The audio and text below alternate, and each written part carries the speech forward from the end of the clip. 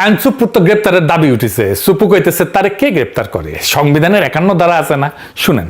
কিসের বিচার করবে? আর্টিকেল 51 অফ দি কনস্টিটিউশনে পড়ে যায়, দেখুক। শুনিছেন? বেকল এরশাদের টাইমে 51 ধারা ছিল না, ওরা জেলে নিছি না আমরা। এই 51 ধারার রক্ষাক অবস্থা কাজ করে যতক্ষণ সে রাষ্ট্রপতির পদে আছে। পদটা ছাড়লে ওই ছাতাটা মাথার উপরে আর থাকে না। ওর নামে 2 টাকা ফাইন উঠেছে, এরপরে ওই জেলে যাবে। আমরা তো সুপ্পুর উপর প্রতিশোধ নিতেছি না। সুপ্পু কি ছিল? সুপ্পু ছিল শেখ হাসিনার মনোনীত রাষ্ট্রপতি এবং জুলাই গণঅভ্যুত্থানের পর পুরনো রাষ্ট্রের সাংবিধানিক ধারাবাহিকতা রক্ষার কেন্দ্রীয় চরিত্রদের একজন। সুপ্পু তো নিজেই সাক্ষাৎকারে বলছে তার গুরুত্বপূর্ণ ভূমিকার কথা, নিজেই ফাঁস করে দিছে।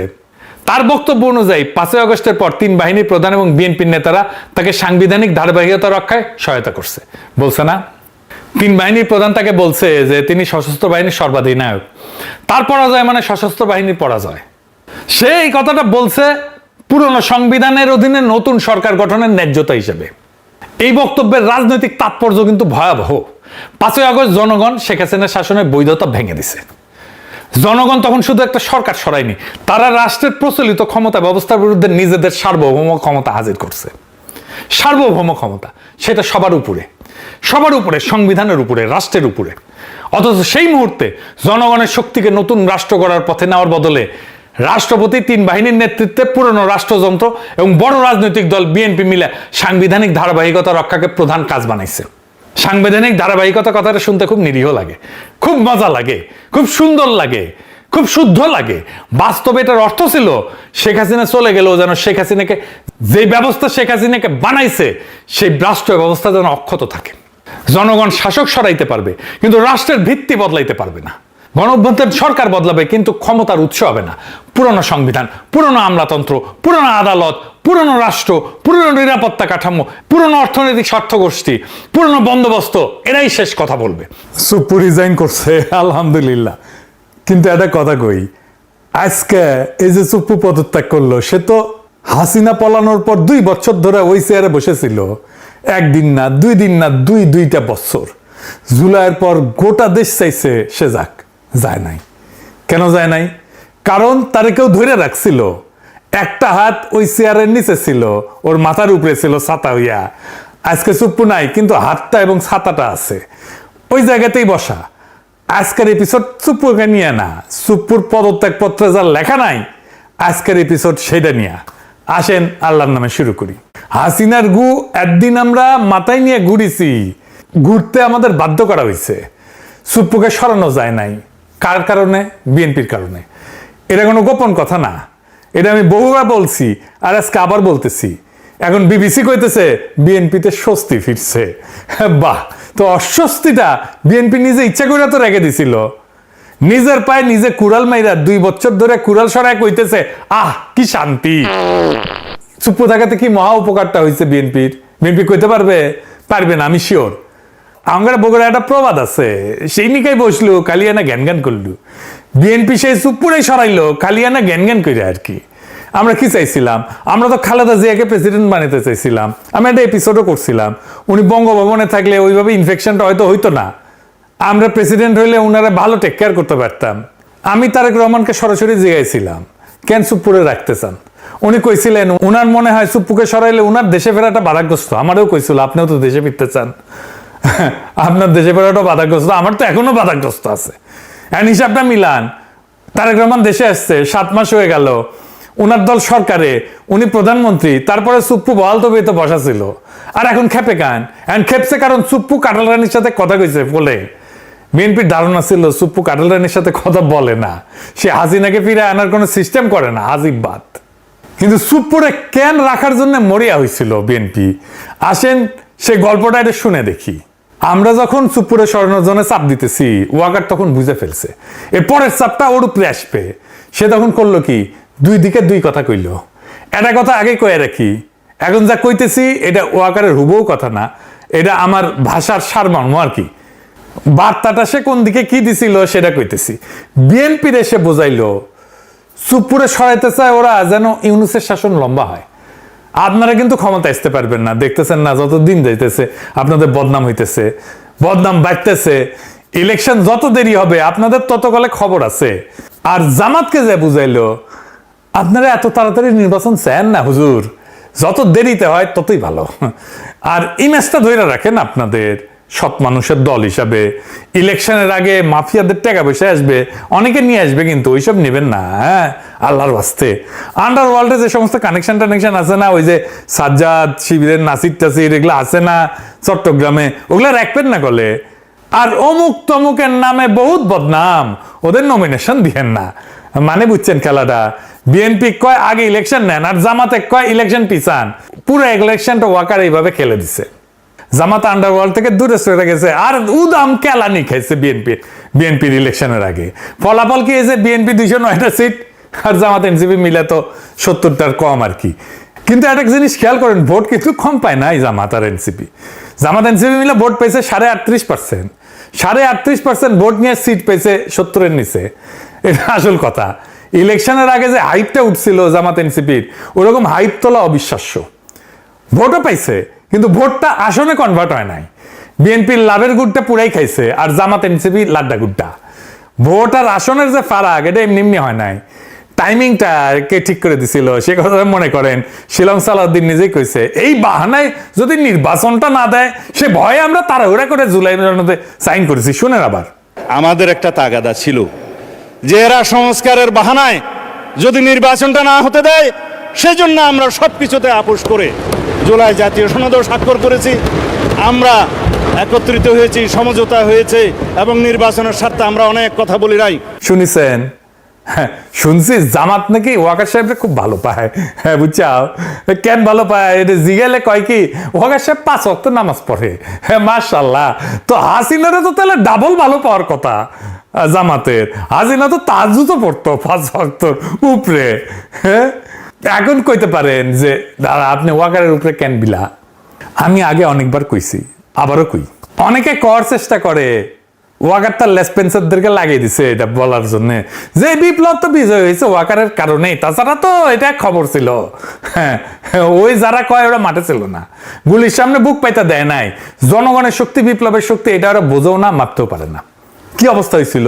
পুলিশ ফেল করছে, পলাইছে, অস্ত্র ফেলা পালাইছে, থানার পর থানা ভস্মীভূত হয়েছে। দেশের 639টা থানার মধ্যে 450-র মতো থানা গুড়া করে দেওয়া হয়েছে। পুলিশ মেরে ট্যাঙ্গে রেখেছে পাবলিক। র্যাব তো অনেক আগে ব্যবসে, বিডিআর ভয় বাইরে হয় না, রাস্তায় ছিল খালি মিলিটারি, আর সেই মিলিটারি সৈনিক আর জুনিয়র অফিসাররা গুলি চালাইতে অস্বীকার করলো। এটাই আসল কথা, ওটাই মোর। ওয়াকার তখন কি লাভে? তার সামনে বিকল্প কি?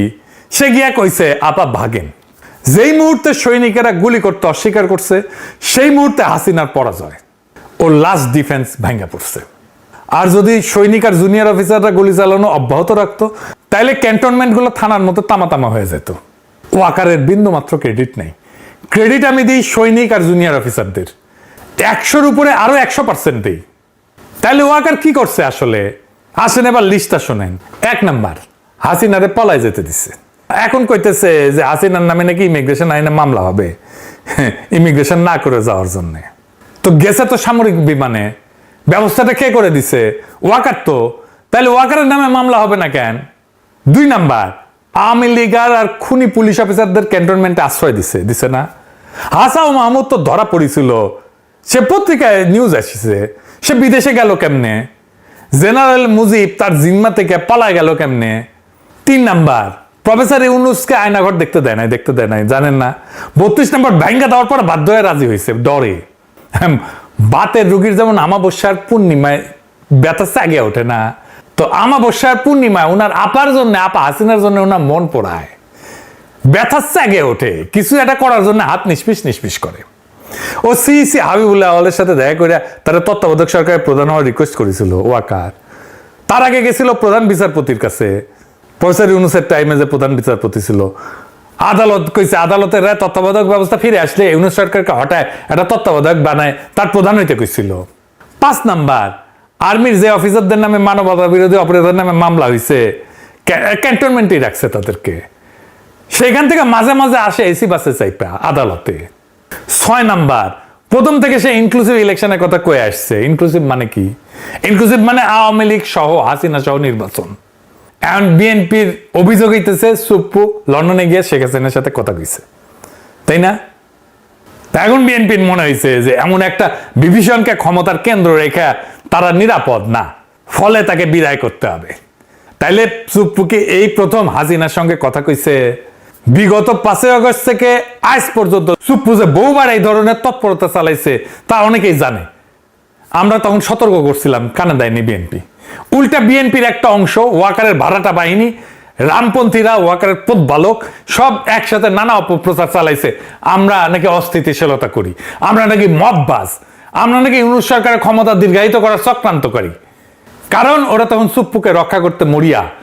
আর এখন বাস্তবতা হইলো এই প্রক্রিয়ায় সুপ্পুর আশ্রয়দাতাকে, এই সুপ্পুর আশ্রয়দাতা তো ওয়াকার নিজে। ওয়াকারের অনুমোদন এবং সুরক্ষা ছাড়া সুপ্পুর পক্ষে এক পাও আগানো সম্ভব ছিল না।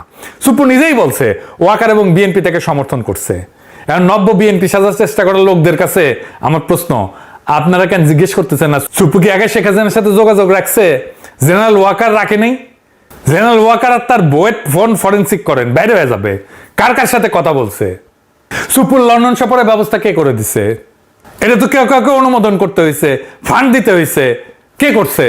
তো ওইখানে যে কার সাথে আলাপ করছে, কি বার্তা নিয়ে আসছে? এটা কি কোনো গোয়েন্দা সংস্থায় যোগাযোগের খবর রাখছে? যাদের দেখার কথা তারা আদৌ দেখছে?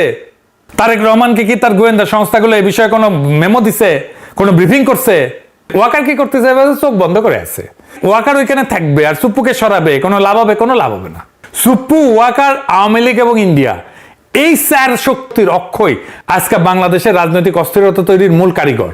শেখ হাসিনাকে ফিরে আনা, বর্তমান সরকারকে ক্ষমতাচ্যুত করা কিংবা এর সাথে শাসনের মতো কোনো ব্যবস্থা কায়েম করা, একটা মার্শাল ল দেওয়া, সবই নির্ভর করছে এদের পারস্পরিক মেলবন্ধন এবং যোগাযোগের উপরে। হাসিনা যে ডিসেম্বরে ফিরবে বলে ঘোষণা দিয়ে রাখছে, এটা এমনি এমনি দেয় নাই। ওই গঙ্গার পানি এসে বুড়ি গঙ্গায় জমিচ্ছে।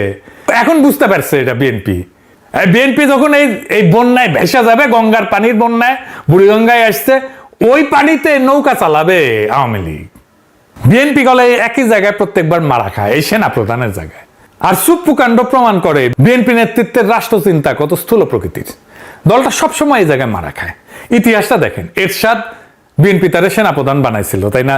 জিয়া হত্যাকাণ্ডের সাথে যুক্ত ছিল। তারপর কু করে বিএনপি সরকারকে ফেলাই দিল। জেনারেল নাসিমকে বিএনপি সেনাপ্রধান বানাইছিল না? নাসিম কু করতে গেছিল, মানে মঈন সবাই ডিঙায় তারে নিয়ম ভেঙে সেনাপ্রধান বানাইছিল না? মই তো তারেক রহমানের মাজা ভেঙে দিল 3 বার একই জায়গায় একই ভুল। আর এখন ওয়াকার আবার আর এক ভুল। সুপ্পু তো লন্ডনে যায় কেন? তলে তলে কি করছে কে জানে? কথা বলার জন্য ফোন লাগে নাকি? হাতে লেখা চিঠি দিয়েও তো ষড়যন্ত্র করা যায়।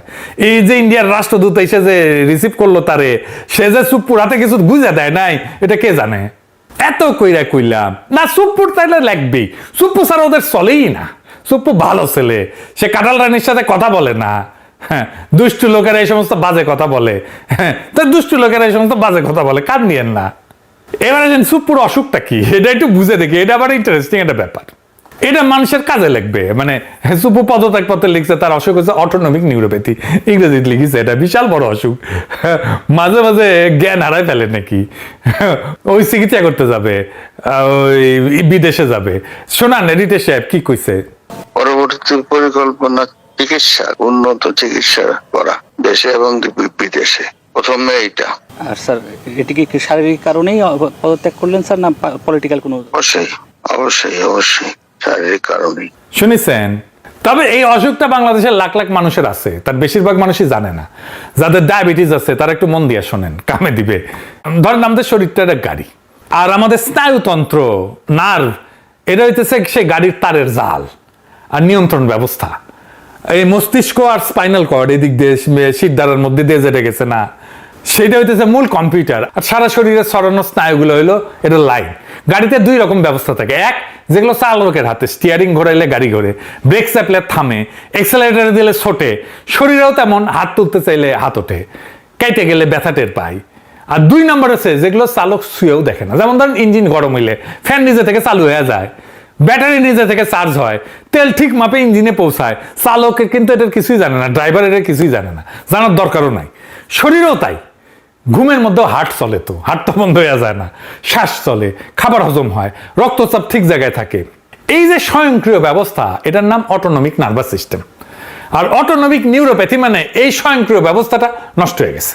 চালক ঠিকই আছে, স্টিয়ারিং ব্রেক ঠিক করছে, কিন্তু ভেতরে যে অটোমেটিক অংশটা আর সাড়া দিতেছে না।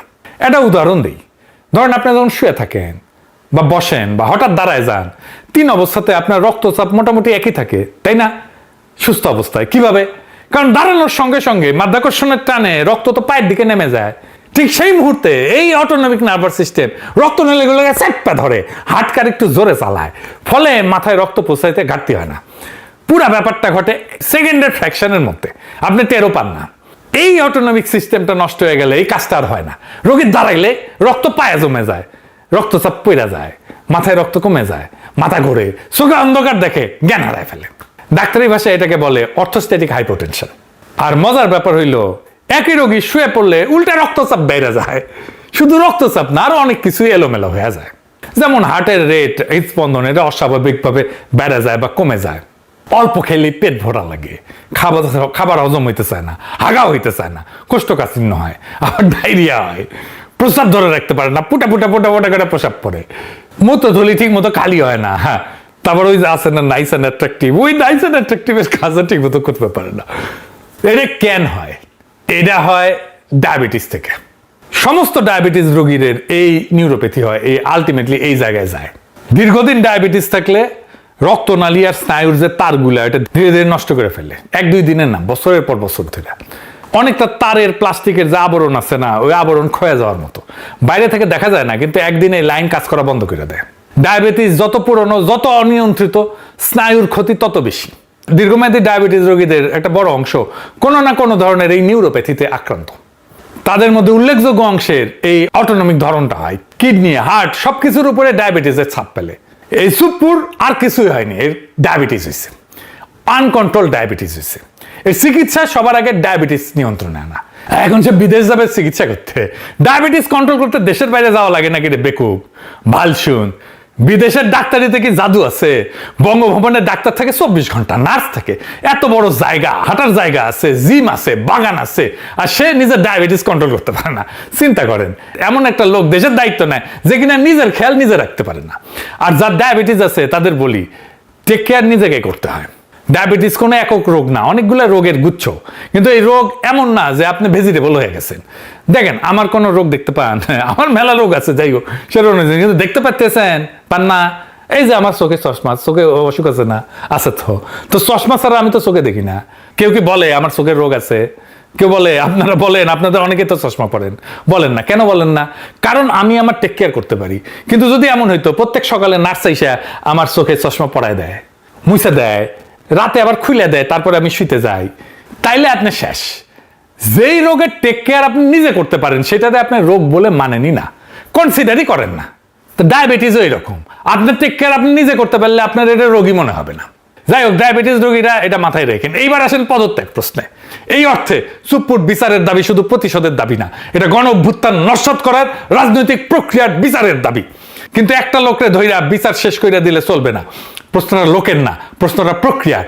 কে কোন সিদ্ধান্ত নিছিল, কার পরামর্শে নিছিল, 5ই আগস্ট রাতে বঙ্গভবনে কারা বসছিল, ওখানে কি কথা হয়েছিল, কে কারে কথা দিছিল, নতুন গঠনতন্ত্রের রাস্তাটা কে বন্ধ করে দিছিল, আর ওইটা বন্ধ করে কার কি লাভ হইল, এই প্রশ্নগুলো তুলতে হবে, এই প্রশ্নগুলো ফয়সালা করতে হবে। এই প্রশ্নে ফয়সালা না করলে সুপ্পুর পদত্যাগে একটা খবরই হয়ে থাকবে, ইতিহাস হবে না। খবর মানুষ 2 দিন পরে ভুলে যায়, ইতিহাস ভোলে না।